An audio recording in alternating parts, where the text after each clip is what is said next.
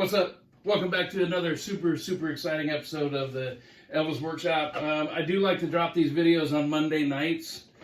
After I get home from work, I think about all weekend what I'm going to put together. I do have a list about that long of subject matter, but I like to put together a little kind of catalog of what I'm going to show in the video, and I think about it over the weekend.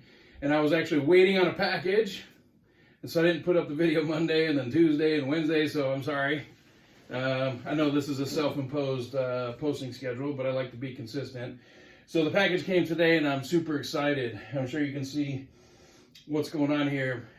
But as you know, if you've watched any of my videos previously, I'm all about context, and this is going to be a super exciting episode. I love it. I'm all excited about this one. The coolest thing is, after I get done with this, making this episode, I get to go listen to some new stuff. Well, new to me, new to a lot of us. So basically, I want to talk about the last tour of 1976, as you could probably already tell. And I've got some cool things here. So I actually have a cheat sheet because I keep forgetting things, and I don't want to forget. So early on in my not being an Elvis fan, but collecting Elvis, more than just picking things up at retail box stores like Walmart and over-the-counter releases. I'm talking deep catalog. I'm talking about imports, bootlegs, things like that. Books that are made for the fans, by the fans, things like that. The things that you pick up at conventions, things like that. So from the time that I went from cassette tapes from in the north where I'm from, Meijer grocery store similar to Walmart. And Walmart and Target, stuff like that. Maybe in the early days of the internet, ordering something to where I'm at now. I had to start somewhere, and I started on this tour. So that's why it's actually pretty cool for me personally, is because this is kind of where some of the magic started as far as doing hardcore Elvis collecting. So there was a bootleg called A Hot Winter Night in Dallas. That was on my cheat sheet, but I didn't have to look because I remember it. Hot Winter Night in Dallas, and it was a CDR, so I basically got a bootleg of a bootleg, and that's all I had. Everything else I had was regular RCA releases, Sony releases, whatever. So the first non-official release that I had was A Hot Winter Night in Dallas, which was Elvis on the final tour of 1976 in Dallas, and of course I had other concerts, Aloha, I'm talking, remember, official releases. So I had the Aloha, and I had the Memphis record from 74, and, the Elvis in concert from 77.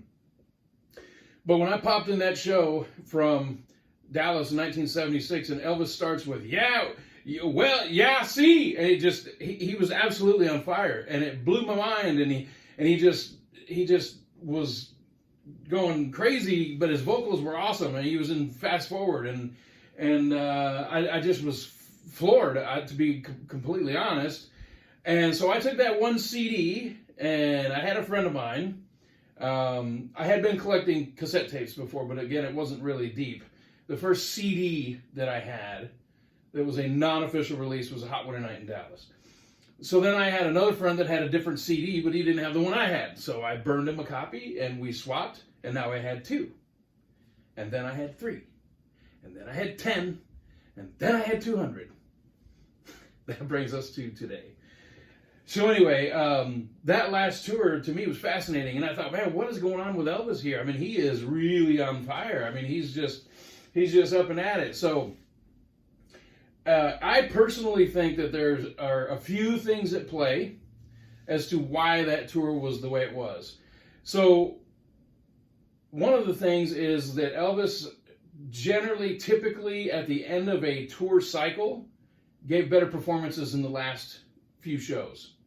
And that's my notes here. I know what they are, but I want to not forget one. So the last Tahoe show, 1976, was I think an hour and a half long, and he just seemed like he didn't want to leave the stage. And of course he didn't know it was going to be his last performance in Tahoe, but that last Tahoe show is a 2 CD set, and he just goes on and on and on. He sings a whole bunch of songs. He's in a great mood. The last Memphis concert, July 5th, 1976. Again, it's an hour and a half show, and he tells Charlie we can be here all night, and he's just in a great mood. It's the end of the tour. He's at home. It's the last show, and he's just in a fantastic mood. And it shows the Black Diamond Show, which is December 12th, 1976, which ended up being his last Las Vegas show. Again, the show runs long, and he sings a lot of songs that weren't usually in his repertoire or his normal stage show. And he, again, especially since he wasn't a fan of Vegas at the time, he had fallen out with his love of Las Vegas at that time. He stayed on longer, so that was great. And that's pretty much it for the notes. So, but anyway, so this is the end of it. It's a short tour, but it's the end of the year. He's going to go on an extended break. So it's a 5-city tour. The Wichita, Kansas show we don't have. I have heard that we have a horrible sounding bootleg of it, audience recorded. I have not heard that. Some of the shows are so bad as far as audio quality, it's not even kind of worth your time sometimes. But anyway, so we have Birmingham, we have Dallas, we have Pittsburgh, and we had Atlanta, but only fan shot video, which the video is kind of cool. Somebody was right up in front. The video footage from the show is excellent, you know, but the sound from the video wasn't that great, and the audience recording CD wasn't that great. And so now we have the Atlanta show. Now I've heard mixed reviews. I've heard it's heavy on the piano and it still kind of sounds muffled, but it is technically a soundboard. So at least we have it, but we have it officially released with nice packaging. So that's what came in the mail today that I've been waiting on. So I've got the Bruce Jackson On the Road with Elvis FTD box set that just came out. I literally have not even opened this. I ripped the plastic off and started the video, so I literally have not even done this. This is the first time I'm seeing it also. I've seen it on a YouTube opening video, but I have not seen my own personal copy. So there's the CD case. So there's 2 shows on here, including the Atlanta show and another concert from 1976, and then a talking disc with Jack Mullins on here. So that is what I'll be listening to when I get done making this video. So this box set, let me talk about this a little bit for a moment. So this 3 CD set comes with this book box set, and you know, people complain about prices, and I'm going to explain why the price is what it is. And again, I have not even opened this. I just got this. I literally came home, it was on the table, I opened it, and I made the video, so I haven't even opened this up. But there's a thick book, and I can already see pictures I've not seen before. And I'm not talking about Bruce Jackson with his family, I'm talking about Elvis. And I'm talking about things from the tours with Elvis. Set list, stage setup. Okay, this is going to be excellent to go through. I'm not just going to sit here and flip through the book and waste your time, but so let's explain why the price is. So this book comes from Australia, where Bruce Jackson was from, and he passed away in an airplane accident about 100 miles or so from where I'm sitting right now, near Death Valley, and I'm in Las Vegas. And but Bruce was from Australia, and that's where his family resides. And so this book comes from Australia, and it's not cheap to ship things from Australia. So they added this book to a 3 CD set and combined them together. So you get this and you get this, but it has to be shipped from Australia to Denmark to be accompanied with the FTD box set and then shipped to your location. So people complain and piss and moan about the prices, but look, if you're a hardcore collector, sometimes you got to pay a little bit more. It's just the way it goes. I mean, if you want it, you're going to get it, and if you don't want it, then you don't get it. It's just that simple. So it's a limited run set. It is going to be sold out if it's not sold out. I know it's sold out in some areas already, but if you want to get it, now is the time. It's going to be gone, and then it'll be really hard to get. You know, some of the things that do end up getting sold out and disappear, then you see them at a convention on a table, and it's, you know, 3 or 4 times the price that you could have gotten it for. So instead of complaining about the price, if you really want it, go get it.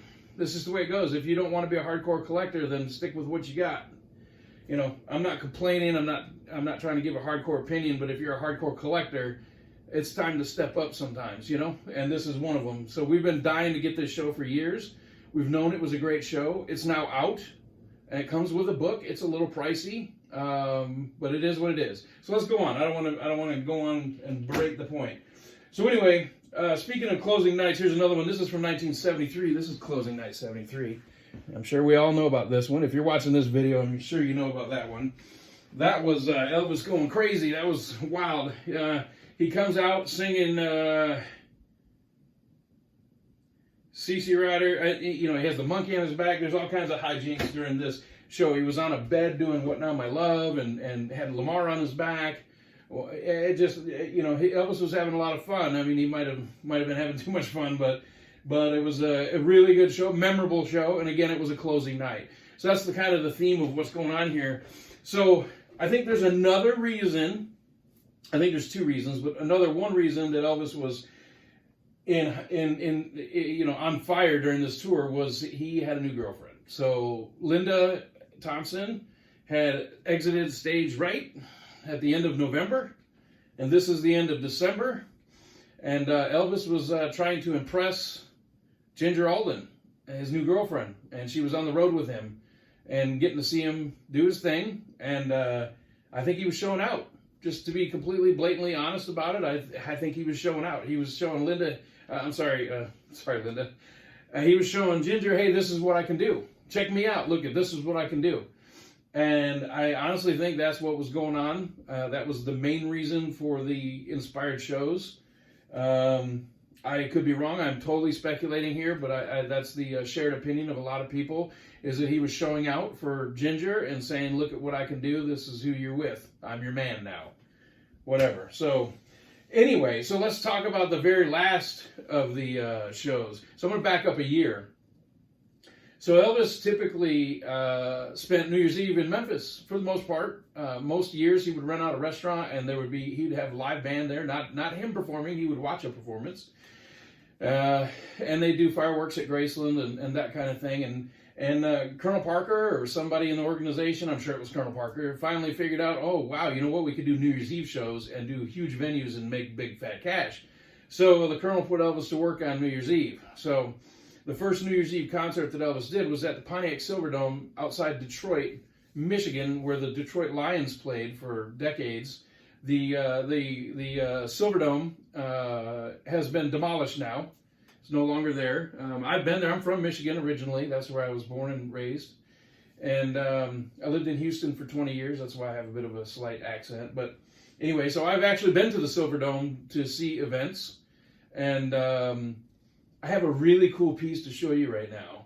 So Elvis did the New Year's Eve concert from 74 into 75 at the Pontiac Silverdome in Detroit, outside of Detroit.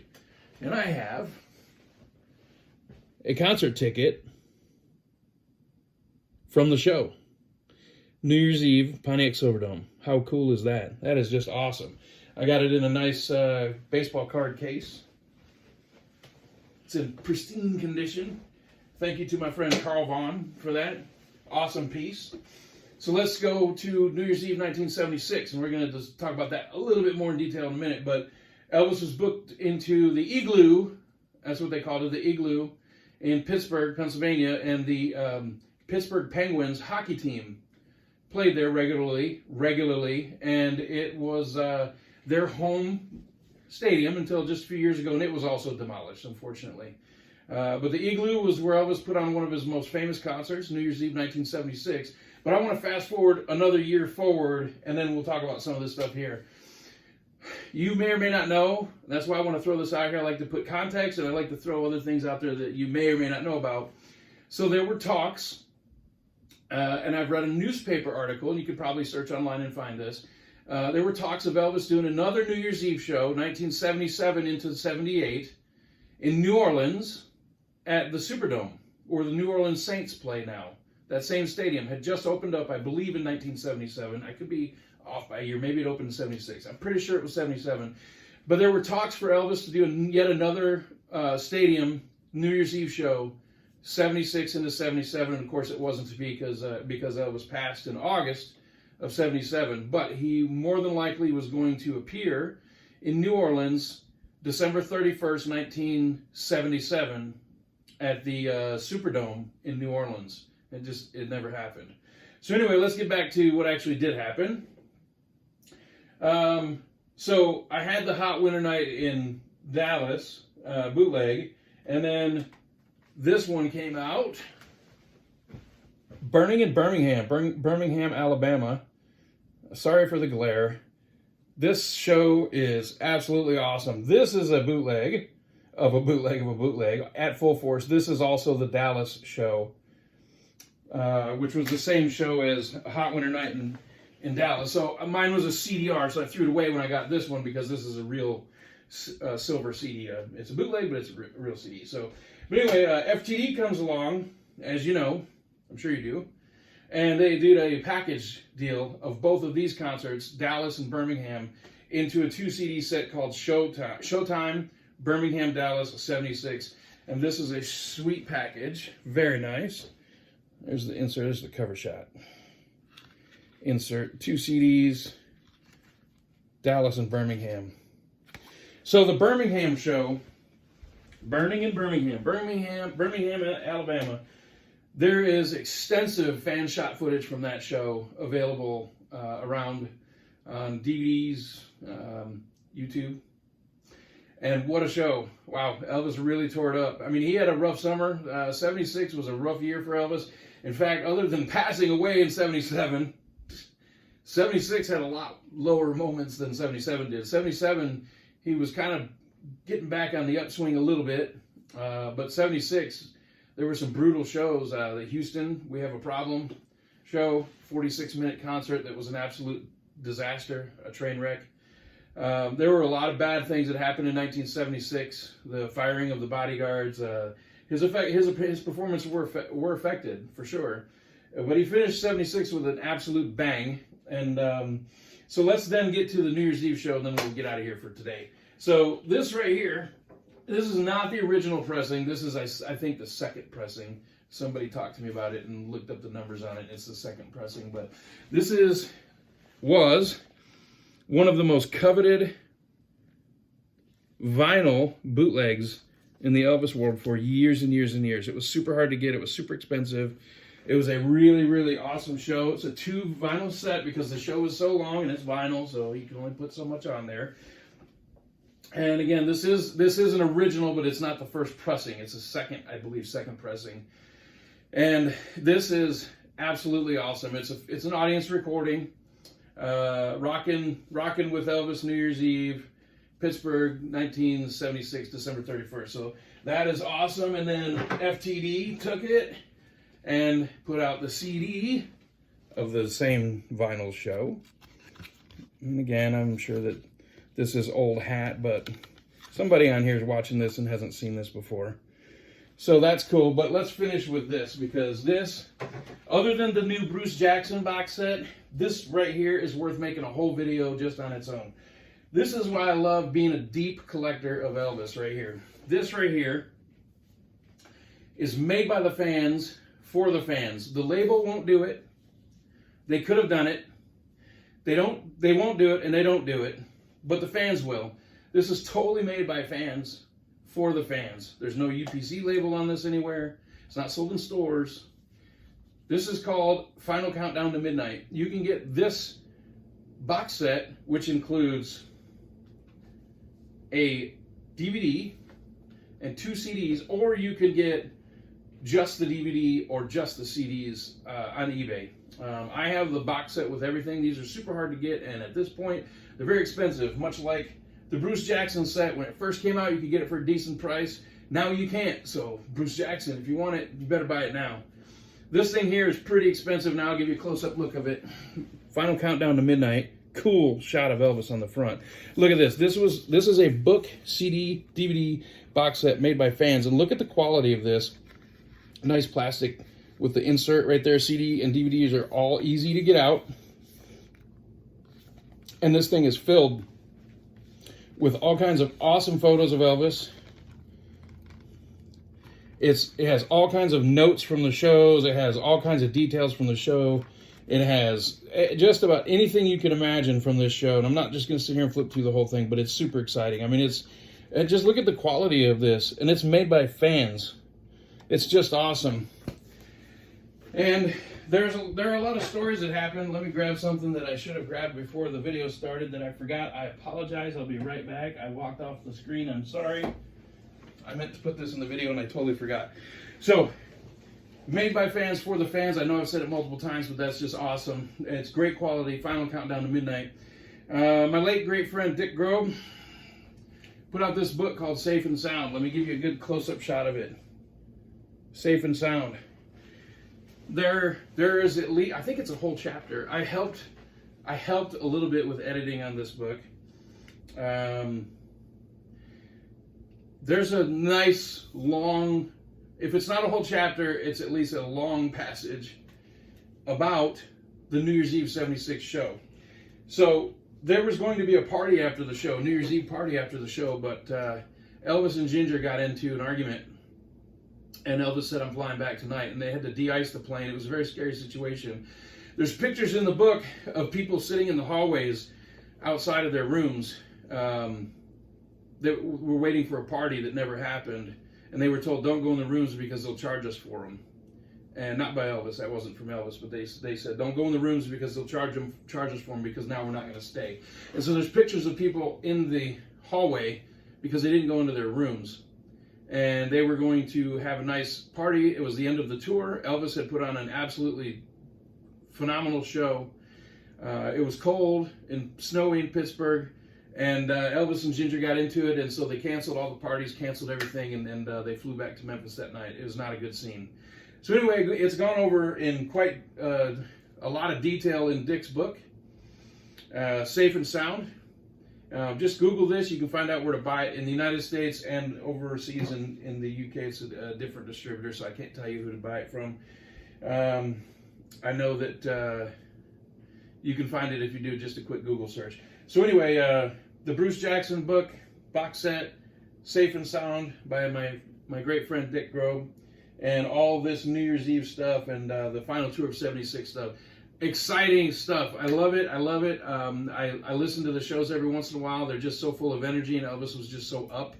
It's fun to listen to, and I've been waiting to make this video. It's so exciting. That's why it's dragging on. I don't want it to end, but it's just cool. If you haven't listened to the final tour of '76 and you just judge it by the rest of '76, you're cheating yourself. So get a hold of some of these things. You can even just listen to them on YouTube. You can find this whole Countdown to Midnight Pittsburgh show. The entire show is on YouTube. You can find the entire Birmingham show on YouTube. You can find clips from Dallas and Atlanta on YouTube. And I'm not so sure about Wichita. I've never heard it, never seen it. But it was a part of that 5-city tour. I'm sure it was a great show. But anyway, thank you for watching the video. I hope you made it all the way to the end. I didn't mean to drag it, but I honestly don't want to end it. It's so fun. So anyway, click, subscribe, all that stuff. And as usual, if you don't like my video, you ain't nothing but a hound dog.